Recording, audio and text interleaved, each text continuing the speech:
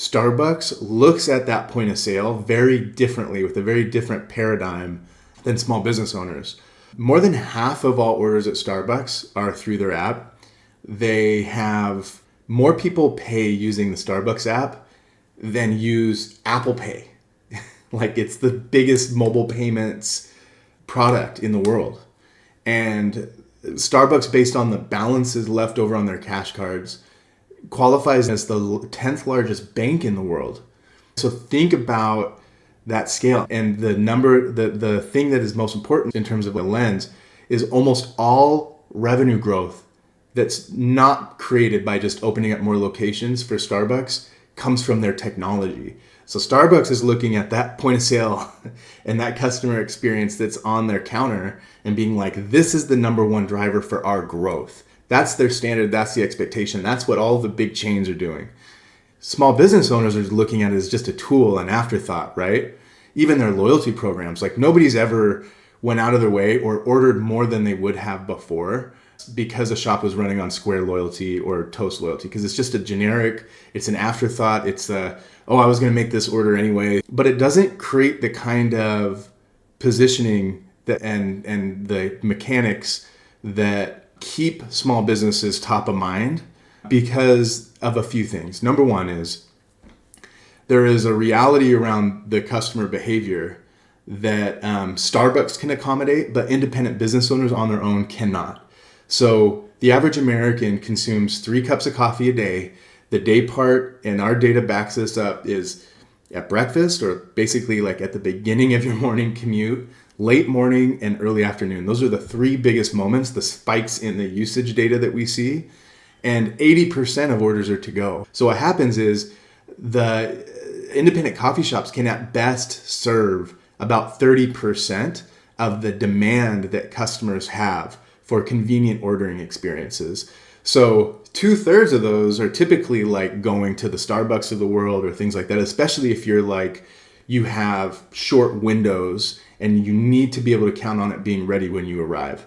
And that's the biggest opportunity for independent businesses, and nobody can do it on their own, not even the chains. You know, Starbucks has, between their owned and licensed stores, over 30,000 shops in the US. You have to be in every neighborhood. Starbucks has locations that are across the street from each other, and it's for a reason. It's because they know that the barriers in like an urban area, people won't walk across the street. It needs to be on the same side. So that convenience aspect is something that collectively, with independent coffee shops coming together, they can unlock the same advantages from the technology that they use that Starbucks gets, but nobody can do it alone. We have to do it together. And so our role in all of this is essentially just bringing the pieces together into alignment and unlocking the value that comes from just meeting customers and creating experiences that fit the reality of how customers want to purchase, get rewarded, all of that. That's really what we're focused on now. We're launching shops. We're focusing in Seattle in a few core markets, but our goal is to get 20% or more of independent coffee shops in every market. If we do that nationwide, we have a more convenient footprint than Starbucks. And what we're seeing in the data is that there's a crazy amount of growth that comes out of that. The other piece of that is to be able to accommodate that growth. All of our workflow tools are really focused on taking away all the time that baristas have to use doing data entry and automating those parts of the process so that shops can grow without stressing out baristas and actually streamlining things. We've proven that we've been able to do that, especially with innovations we've had on order management screen. We have kiosks coming out. And so a big principle for us is how do we create financial security for baristas, reduce the cognitive load for them so they can focus on really great service and really great drinks, and saving time on unnecessary data entry.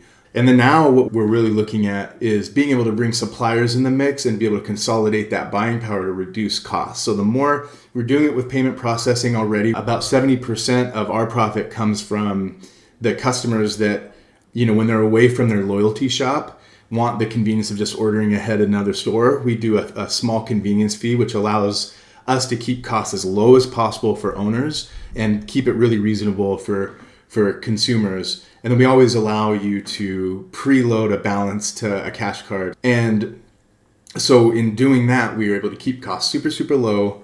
And that's sort of our vision moving forward. Our goal with processing costs is to bring it to zero, because we can subsidize it through the new revenue we create for coffee shops, and because our revenue model is not based on processing.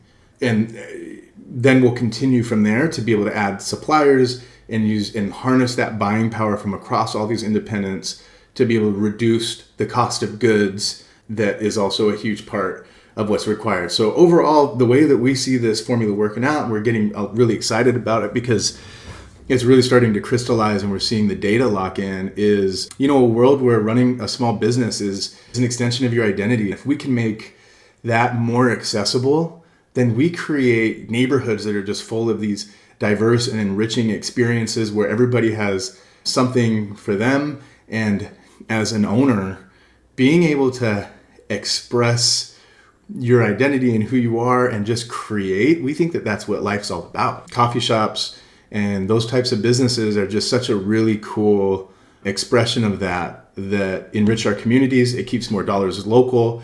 It raises the values of the properties in those areas. It creates a sense of community. It creates more safety in neighborhoods. When people know their neighbors' first names, that actually has a bigger impact on reducing crime in the area than adding a bigger police force.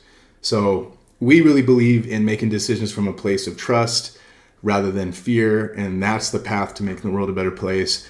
And it's just an exciting time because we're seeing it happen in the data. Our coffee shops are loving it. We're starting to pick up growth. We'll keep checking in and letting you know how things are going, but just it's an exciting moment and wanted to share that with the community. So thank you all for tuning in.